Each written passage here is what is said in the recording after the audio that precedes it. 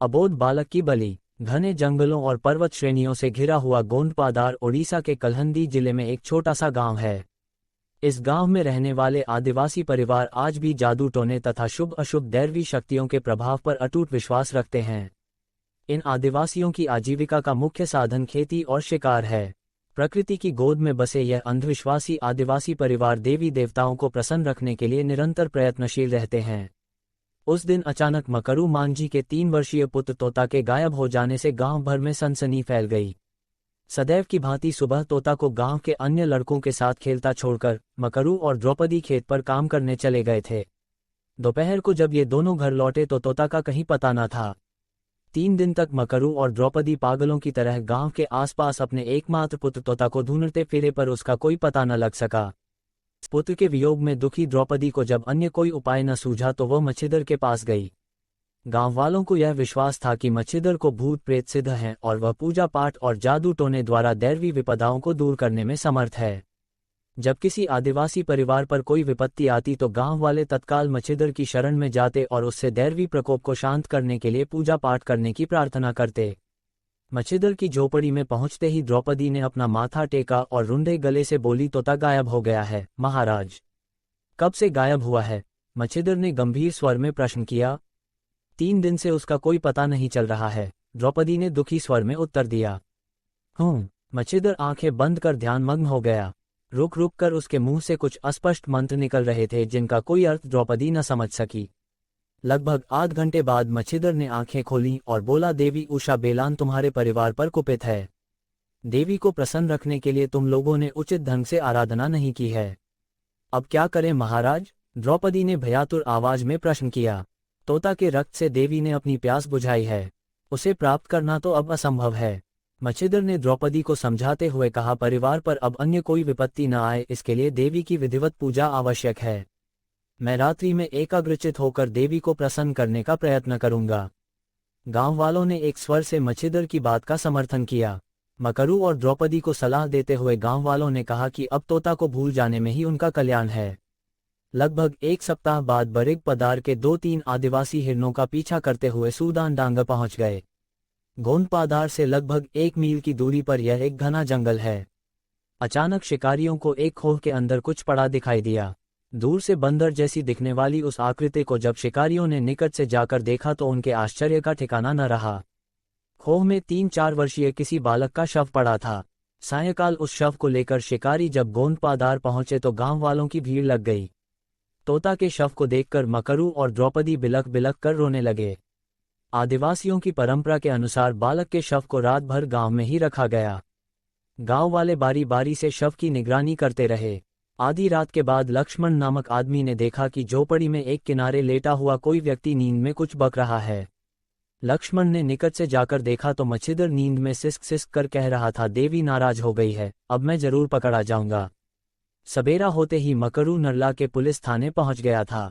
बालक की रहस्यपूर्ण हत्या की रिपोर्ट लिखाने के बाद उसने पुलिस इंस्पेक्टर से अपने साथ ही गांव चलने का अनुरोध किया। पुलिस इंस्पेक्टर उसी समय मकरू के साथ गांव चल दिया।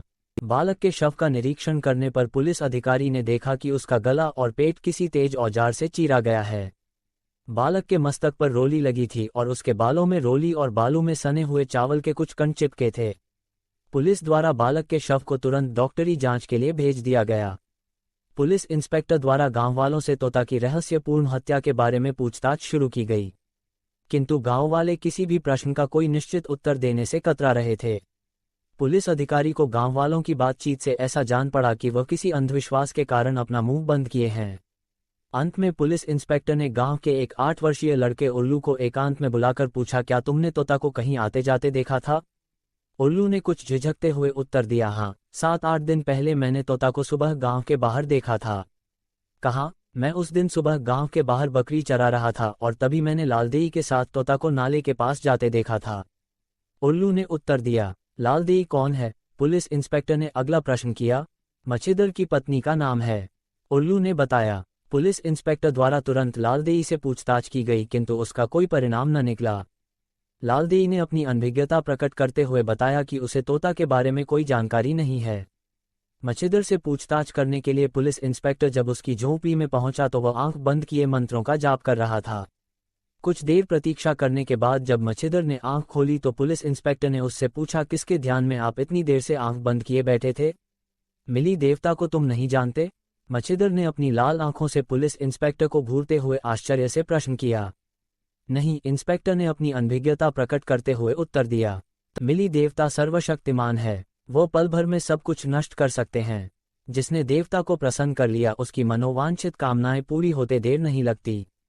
हूँ, इंस्पेक्टर ने बात बदलते हुए कहा, ये सब तो ठीक है पर तोता की हत्या का रहस्य कुछ समझ में नहीं आता। उसमें रहस्य की क्या बात है? मकरू के परिवार पर कुपित होकर देवी ने तोता के रक्त से अपनी प्यास बुझाई है। मच्छिंद्र ने अपनी बात पर बल देते हुए कहा। मच्छिंद्र की अटपटी बातचीत से पुलिस अधिकारी का उस पर संदेह बढ़ गया था। उसे मन ही मन यह विश्वास हो गया था कि तोता की हत्या में किसी न किसी प्रकार मच्छिंद्र का हाथ जरूर है। उल्लू का ये कथन कि उसने मच्छिंद्र की पत्नी लालदेई को तोता के साथ गांव के बाहर जाते हुए देखा था, झूठ नहीं हो सकता। इस संदेह के आधार पर पुलिस द्वारा मच्छिंद्र के घर की तलाशी ली गई। झोंपड़ी से खून से रंगे हुए 2 चाकू, एक तुम्बा तथा ताड़पत्रों के 2 बंडल जिन पर भूत प्रेतों के मंत्र लिखे थे, बरामद हुए। तुम्बा में रोली और बालू में सने हुए चावल प्राप्त हुए। तोता के सिर में चिपके हुए चावलों का रंग पूर्णतया इन्हीं चावलों जैसा था। मच्छिंद्र और उसकी पत्नी लालदेई को तुरंत गिरफ्तार कर लिया गया। अपने बचाव का कोई रास्ता न देखकर मच्छिंद्र को तोता की हत्या का अपराध स्वीकार करना पड़ा।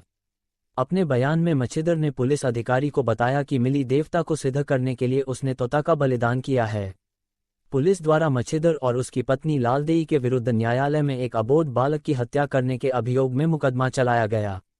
मच्छिंद्र ने न्यायालय में अपने बयान बदल दिए, किंतु पुलिस द्वारा प्रस्तुत वैज्ञानिक सबूतों के आधार पर न्यायालय ने मच्छिंद्र को आजीवन कारावास तथा उसकी पत्नी लालदेई को 5 वर्ष के लिए कठोर कारावास का दंड प्रदान किया गया। कहानी आपको कैसी लगी? जासूसी कहानियों का अपना ही विशेष आकर्षण होता है। जो कुछ पसंद आए उसे लाइक करने में झिझकने का क्या काम? तुरंत लाइक करें। यदि मजा ना आया तो अनलाइक करें। अपने विचारों को यहाँ कमेंट करें, सब्सक्राइब करें, अपने मित्रों को भी बताएं।